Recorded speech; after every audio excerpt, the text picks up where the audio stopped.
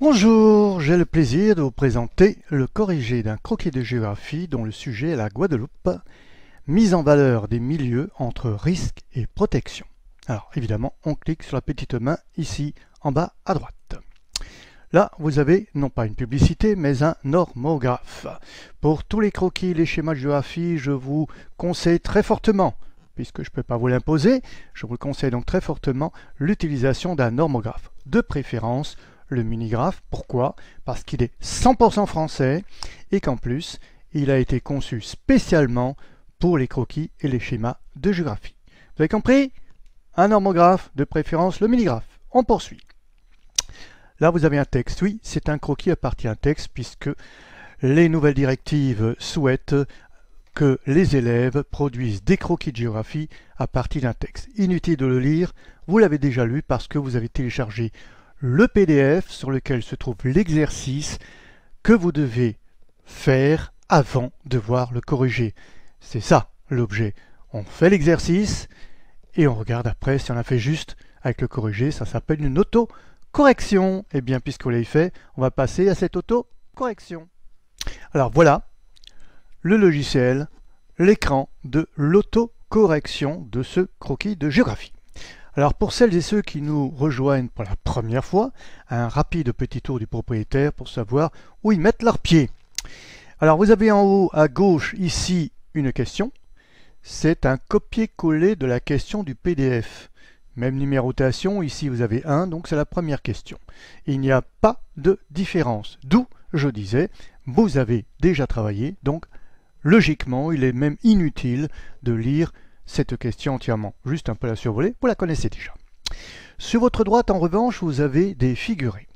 Il est bien spécifié à utiliser pour le croquis. Ces figurés, ce sont tous les figurés qui vont être utilisés pour produire votre croquis. Il n'y a aucun figuré en trop, il n'y en a aucun qui manque, c'est-à-dire qu'il n'y a aucun piège. Les couleurs sont les bonnes, les tailles évidemment non, puisqu'il s'agit ici d'un espèce de pense-bête. Par contre, pense-bête, oui, mais vous ne pouvez pas cliquer dessus, regardez, ça ne donne strictement rien, puisque ce n'est pas comme ça qu'on corrige, on ne tapote pas, pop, pop, pop, voilà, j'ai trouvé, j'ai gagné, je ne sais pas pourquoi.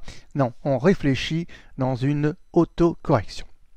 Alors avant d'aller à l'autocorrection elle-même, rapide petite précision aussi, vous avez ici des carreaux de cahier, ça c'est la marque de la maison, c'est-à-dire que tous mes croquis reposent sur des cartes dites traditionnelles, mais je souhaite que l'élève puisse aussi dessiner des contours schématiques de l'espace en question, ici la Guadeloupe. Alors pour ce faire, vous avez des carreaux de cahier, et voilà les contours schématiques. Alors vous avez sur mon site un autre logiciel, même deux, qui vous permettent de savoir comment le dessiner et surtout qui vous permettent de vous entraîner à le dessiner. Alors ici, quel est l'intérêt? L'intérêt, c'est très simple, c'est que lorsque vous allez y mettre ici des figurés, peut-être que vous avez besoin de se figurer dans un autre devoir, qui est un devoir écrit, et vous avez besoin de rajouter un petit schéma. Et bien voilà, le petit schéma, ici la Guadeloupe schématique, et vous aurez en bonne place le figuré que vous voudrez faire ressortir comme illustration dans votre devoir de géographie. Bien, pour le moment, on n'en a pas besoin, donc on décoche. Alors, dernière précision, comment se pratique cette autocorrection? Une question, 4 réponses possibles. Nous sommes ici dans une phase de graphisme. On dessine, on n'écrit pas, on dessine un croquis. Donc, à cette question, vous pouvez répondre par figuré ponctuel, linéaire, surface ou flèche. Attention, beaucoup de manuels confondent flèche et linéaire. Évidemment, vous, non, puisque vous me connaissez. Une ligne, c'est comme en mathématiques un segment. Une ligne rejoint deux ou plusieurs points, évidemment, alors qu'une flèche indique une direction, un flux, voire un dynamisme. Et bien, regardez, même ici, dans le pense-bête, ça, c'est une ligne, ça, c'est une flèche, et là en haut, c'est une exception que nous allons voir. Mais vous avez bien compris la nuance entre flèche et ligne. Une ligne peut aussi partager. Ici, je partage l'île en deux, parce que l'île sous le vent, l'île au vent, etc. Je peux partager, je peux encercler, je peux relier, mais ce n'est jamais une flèche. Attention. Alors, on va commencer tout de suite. Alors, la première question commence par milieu, évidemment, mise en valeur des milieux. Premier milieu, les montagnes, milieu montagnard, comment est-ce que je vais le dessiner? Je regarde rapidement ici pour voir si je peux m'inspirer ou de toute façon, je réfléchis, c'est encore beaucoup mieux. Ponctuel, c'est pas possible, je dessine pas des montagnes. Linéaire, je peux voir, essayons voir. Eh bien, vous avez vu, lorsque la réponse n'est pas bonne, eh bien, je vous dis pourquoi. Et ici, en l'occurrence, elle aurait pu être, puisque oui, vous auriez pu entourer ces territoires, etc. Parfois, il y a une discussion entre deux, rarement trois, mais plutôt deux figurés possibles. Et lorsque c'est le cas, j'explique bien pourquoi j'ai privilégié l'un par rapport à l'autre pour ce croquis ici. Lorsque ça n'a rien à voir, franchement rien à voir, on va prendre ponctuel, l'explication est aussi fournie, elle est beaucoup plus succincte puisque, bon, ponctuel, tout de même, je n'ai pas dessiné chaque sommet. Donc, flèche, certainement pas, ce sera surface. Là, l'explication est beaucoup plus dense. Pourquoi? Parce que je vous explique pourquoi ce figure a été choisi, mais surtout, quelle couleur. Et, en plus, comment, avec votre crayon, dessiner cette couleur, reproduire cette couleur. Parce que le marron, vous avez un crayon, si vous utilisez mon autre logiciel qui s'appelle le Muni Carto, vous le verrez, vous avez une possibilité d'appuyer sur un crayon, ça vous donnera un marron foncé. Vous avez la possibilité avec le même crayon d'appuyer modérément, comme je dis, et vous avez ce type de marron. Et puis vous pouvez aussi, dernière expression que j'utilise toujours, caresser votre feuille pour avoir une tonalité très différente. Conclusion, avec un crayon, vous pouvez faire trois couleurs différentes, c'est-à-dire en fait trois tonalités. C'est aussi une hiérarchie. Parfois, mais pas toujours. Ici, dans le cas des montagnes, pourquoi je n'ai pas appuyé dessus? Parce que c'est mise en valeur des milieux entre risque et protection, c'est-à-dire qu'il faudra que je surimpose, que je dessine par-dessus des risques et des protections, c'est-à-dire des figurés représentant des risques et des figurés représentant des protections. Dès lors, je ne peux pas appuyer avec mon crayon marron, sinon je n'y verrai plus rien. Voilà, tout ceci est écrit ici. Maintenant, je vous l'ai dit, je ne vous le lirai plus tout le temps. Vous le lirez et c'est comme ça que vous apprendrez à faire bientôt vos croquis tout seul, sans correction. Alors, vous avez remarqué donc l'explication, je viens d'en parler. La légende se construit, le figuré est en bonne place et vous pouvez évidemment, avec les carreaux de cahier, voir exactement où ça se trouve. Et regardez, là, vous avez la possibilité, si je prends donc mon contour schématique et que je veux dire qu'il y a des montagnes en Guadeloupe, dans une dissertation, dans une étude de document, ben voilà, je verrai qu'il n'y en a que dans cette partie-là. Je décoche, aucun intérêt pour le moment. Et surtout, ici, j'ai un bouton qui s'est allumé, qui me dit cliquez pour continuer, puisque j'ai trouvé. Je continue. Il a disparu, puisque je dois d'abord répondre à la question. Je ne peux pas aller plus loin. Je peux en revanche revenir, si j'ai envie. Ici. Donc, je vous précise aussi dans la question 2 qu'il n'y a pas que les montagnes. Tout cela ressort bien sûr du texte. Vous avez bien compris, je ne l'invente pas. Il y a aussi des plaines et des plateaux qui ont une caractéristique, une fonction agricole, bien entendu. C'est écrit dans le texte. Alors là, je regarde. Donc, j'ai utilisé la surface. Certainement, c'est la surface. En revanche, je peux cliquer aussi sur flèche. J'explique pourquoi c'est pas flèche. J'explique toujours, même si c'est logique. Je le dis toujours, on pourrait penser que. Donc surface, ici un vert très atténué, vous verrez pourquoi ce n'est pas par hasard. Je poursuis. J'ai également la mangrove. Alors vous lirez dans le texte et surtout vous appuierez sur le lien que j'ai donné, excusez-moi, pour savoir ce qu'est exactement la mangrove, à quoi ça sert. Et maintenant je vous demande de dessiner les territoires sur lesquels il y a la mangrove. Alors, logiquement aussi, territoire peut être linéaire, je vérifie, j'entoure, voilà. Si je peux l'entourer, c'est ici en réalité. Je l'entoure, non, ce n'est pas bon, donc ce sera surface. Et là, c'est encore un vert, mais voyez-vous, ce n'est pas le même vert. C'est un vert qui se détache, c'est un vert qui est beaucoup plus chatoyant. Pourquoi? Eh bien, je vous le précise ici. Vous pouvez donc poursuivre. Alors, on vous dit dans le texte aussi, pour terminer ces milieux, ce contour, ces tours des milieux, que l'économie de la Guadeloupe se caractérise par le secteur tertiaire. Alors, secteur tertiaire, évidemment, c'est pas dans les champs que ça se passe, c'est dans les villes. Alors, comment dessiner la hiérarchie urbaine, qui, vous dit-on, est centrée autour de Pointe-à-Pitre? sachant que Pointe-à-Pitre, ce n'est pas la ville qui a le plus d'habitants. Vous le savez déjà. Alors, je regarde bien, donc une ville, comment est-ce que je peux dessiner une série de villes? Est-ce que je peux l'entourer linéaire? Parce que voilà, ici, c'est la hiérarchie, ici il n'y a que des villes. Je vérifie, non, c'est pas possible. Alors peut-être à cette échelle, je peux dessiner la ville par rapport à son emprise au sol, c'est-à-dire la surface qu'elle occupe. Je regarde, surface, non, ce n'est pas bon non plus. Et je vous explique toujours pourquoi. Alors flèche, évidemment non, cliquons toujours dessus pour rigoler. Voilà, nous avons bien ri parce que une hiérarchie urbaine n'est ni un flux ni un déplacement. Et je précise, et personne ne vous demande le chemin pour y aller. Voilà, c'était la petite blague pour passer. Donc ce sera ponctuel. Et là, lisez bien ce qui se passe. Regardez, toutes les villes sont représentées par des cercles. Pourquoi? Vous verrez. Pourquoi la couleur mauve? Pourquoi une seule couleur pour toutes les villes alors que souvent je mets des hiérarchies, c'est-à-dire plus foncé, moins foncé? Pourquoi ici une seule couleur? En revanche, vous voyez que les différents cercles n'ont pas la même taille. Et c'est là qu'il faut utiliser mon mini-graphe de préférence. Sinon, vous pouvez toujours prendre un homographe. Voilà comment on établit la hiérarchie. Donc voilà les milieux, vous les avez, c'est très net, c'est très clair. Les couleurs permettent de bien distinguer. Ce n'est pas agressif à l'œil, c'est-à-dire qu'on peut poser sur ce fond de couleurs des figurés de risque et des protections. Je poursuis maintenant. Alors les risques sont nombreux et variés. On va prendre l'essentiel bien entendu, bien que le texte en cite beaucoup. Alors parmi le premier risque que j'ai repéré, que j'ai mis en question numéro 5, c'est le volcan. Alors comment dessiner le volcan? Ici, quelle figuré choisir? On va être très simple, on pourrait effectivement prendre la surface, parce que c'est quand même assez imposant, et je vous dis que non. Alors pourquoi? Vous le lirez. Et bien entendu, puisque ce n'est pas surface linéaire, certainement pas non plus, donc ce sera ponctuel. Ponctuel, oui. Un triangle. Pourquoi un triangle?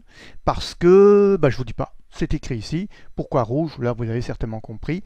Mais lisez quand même parce que c'est intéressant de voir pourquoi j'ai choisi le triangle, pourquoi il est aussi imposant et pourquoi il est en rouge. C'est important pour que vous puissiez vraiment apprendre à produire dorénavant vos croquis vous-même. Je poursuis, j'ai aussi les cyclones qui sont très présents malheureusement dans cette partie du monde et de notre petite île, notre archipel plus précisément de la Guadeloupe. Alors cyclones, comment est-ce que je vais les dessiner? Je regarde, ponctuel, oui, je peux le mettre en ponctuel. Eh ben non, je ne le mets pas en ponctuel. Pourquoi? Vous le lirez. Bien que sur un croquis, si vous avez déjà fait un autre croquis, je les avais mis en ponctuel, mais pour une raison précise. Il s'agissait de déterminer la localisation. Ici, il n'y a pas de localisation, c'est simplement pour mettre en avant un risque. Donc, linéaire, certainement pas, surface non plus, donc ce sera flèche, évidemment, puisqu'il s'agit de vent, les vents qui poussent, et bien voilà, c'est une flèche. Pourquoi est en orange? Eh bien, vous le lirez, ou si vous avez fait le croquis sur le Japon, vous le savez déjà. C'est évidemment la même chose, les mêmes causes produisent les mêmes effets, c'est-à-dire que si on a un typhon, si on a un cyclone, eh bien on le dessinera toujours de la même manière, sauf cas exceptionnel. Vous avez compris, donc on poursuit. Nous avons également, le problème sismique. Alors là, comment le dessiner? C'est assez complexe, parce qu'il s'agit ici d'un phénomène de chevauchement de deux plaques. Alors il faut quand même se référer à ce qu'est la réalité. Ici, il ne s'agit pas d'un tsunami comme nous avons pu le voir pour ceux qui l'ont fait, le croquis du Japon. Ici, il s'agit, bien sûr qu'il peut y avoir le tsunami suite au mouvement tectonique, mais ici, il s'agit de représenter tout simplement les tremblements de terre. Voilà, c'est aussi simple que ça, dû au chevauchement. Alors, ce qui nous intéresse ici, c'est de représenter le chevauchement qui représente un risque. Comment je vais le faire? Alors, on peut les faire les uns après les autres. On commence, une flèche, oui, je peux le faire, parce qu'il y a des mouvements. Comme le cyclone, il y a un mouvement. Et je vous dis que non, mais je vous explique pourquoi. J'ai bien rajouté et pourtant, cela veut dire qu'on aurait pu penser aux flèches.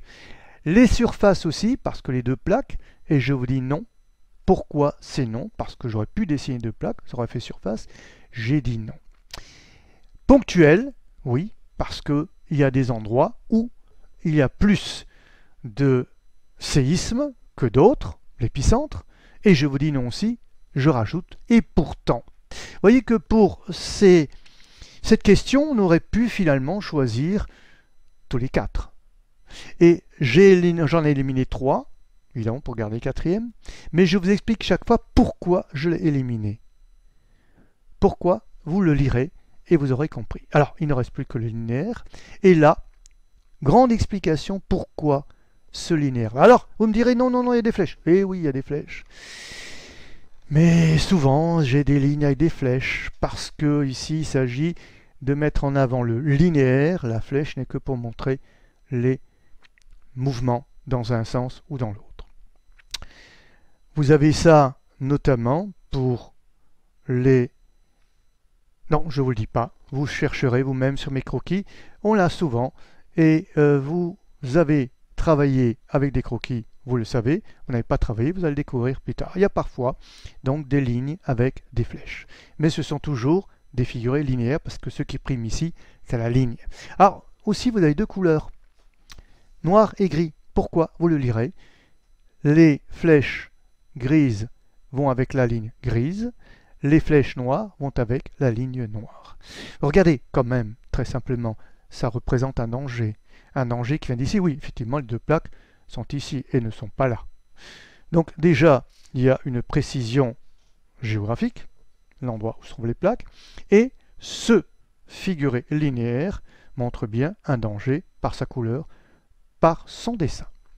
Nous avons donc gagné. On poursuit. Vous avez aussi la destruction des coraux. Très intéressant à lire.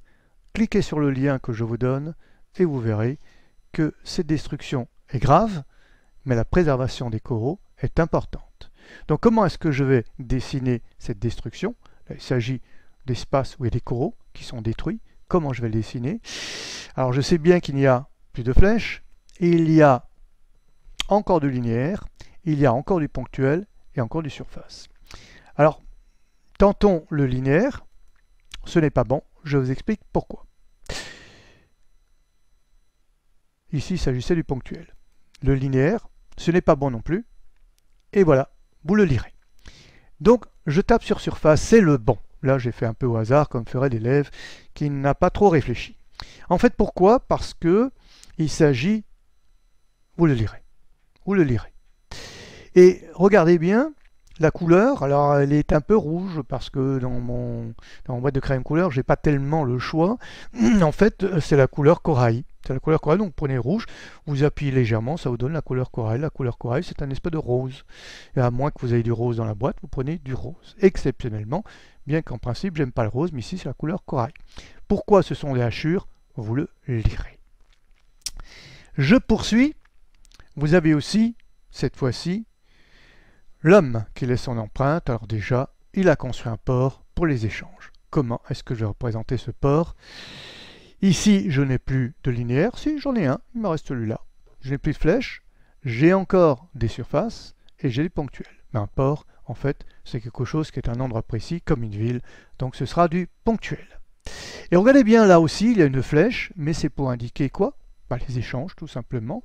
Vous lirez pourquoi il n'y a qu'une flèche dans un sens et non pas la double flèche, parce qu'ici, on veut tout simplement localiser le port et non pas montrer les échanges. Il s'agit de montrer le port. Je poursuis. J'ai aussi les aéroports. Les aéroports, comment? Écoutez, c'est pas compliqué, il y a un petit avion ici, ce sera certainement un avion. Mais, lisez bien, pourquoi un avion? Alors je précise que sur mon minigraphe, l'avion est dessus. Sur les normographes, vous n'avez pas d'avion. Pourquoi un avion et pourquoi pas un carré autre chose? Vous lirez pourquoi, c'est très intéressant. Surtout l'explication de l'avion. Vous verrez. Je poursuis. Alors dans ce petit paradis, comme je le dis, c'est un paradis évidemment la Guadeloupe, du moins l'ensemble, l'archipel de la Guadeloupe est un petit paradis. Il y a des plages aménagées. C'est celles qu'on voit souvent à la télé, bien avant les risques que l'on ne donne que lorsqu'ils surviennent.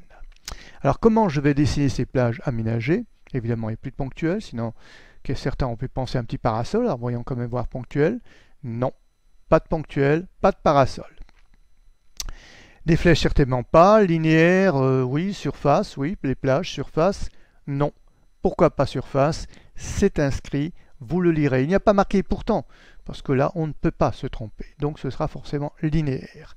Pourquoi? Parce qu'à cette échelle-là, la plage, eh bien, ça ne peut être qu'une ligne. C'est tout simple. Alors, un bleu qui est totalement différent du bleu du port. Pourquoi? Ben, c'est très simple. Celui-là est touristique, attirant. Celui-là, c'est pour le commerce. Et vous voyez, le bleu ici linéaire se remarque bien, il tranche bien. On voit que c'est quelque chose d'agréable.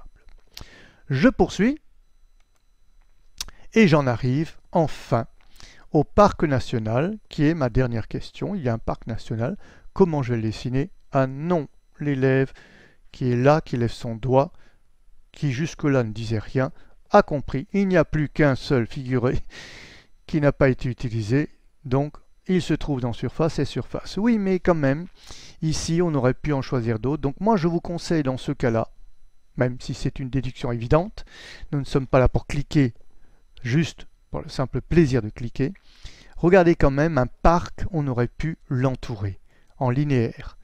Il y a bien marqué pourtant, oui, on aurait pu entourer le parc. Pourquoi je ne l'entoure pas? Flèche évidemment non ponctuelle. On aurait pu le mettre en ponctuel, mais non, là je ne mets pas et pourtant, parce que le ponctuel, c'est quand même un parc assez imposant, donc ponctuel n'irait pas. Donc ce sera surface. Lisez bien pourquoi surface, et vous avez là un linéaire quand même, avec des hachures. Vous lirez pourquoi le linéaire avec des hachures, ce n'est pas inutile de bien le lire, parce que c'est comme ça que vous aurez bien compris d'abord, et que vous pourrez vous-même faire bientôt vos croquis vous-même sans avoir recours à un corrigé. Alors voilà, je suis à la deuxième question. On me dit continuer. Qu'est-ce que je viens trouver derrière? Eh bien, ce qui est très important, c'est-à-dire les noms. Sans nom, pas de croquis. Voilà. Alors bien sûr, l'échelle ici était déjà, sinon vous la mettez ici sur un fond de carte qui est donné. En principe, vous avez déjà l'échelle ainsi que la direction du nord, pour ne pas perdre le nord évidemment. Voilà, tout y est. Merci de votre attention et j'espère que je vous reverrai bientôt sur nos lignes. Lignes lesquelles? Évidemment d'Internet. Au plaisir.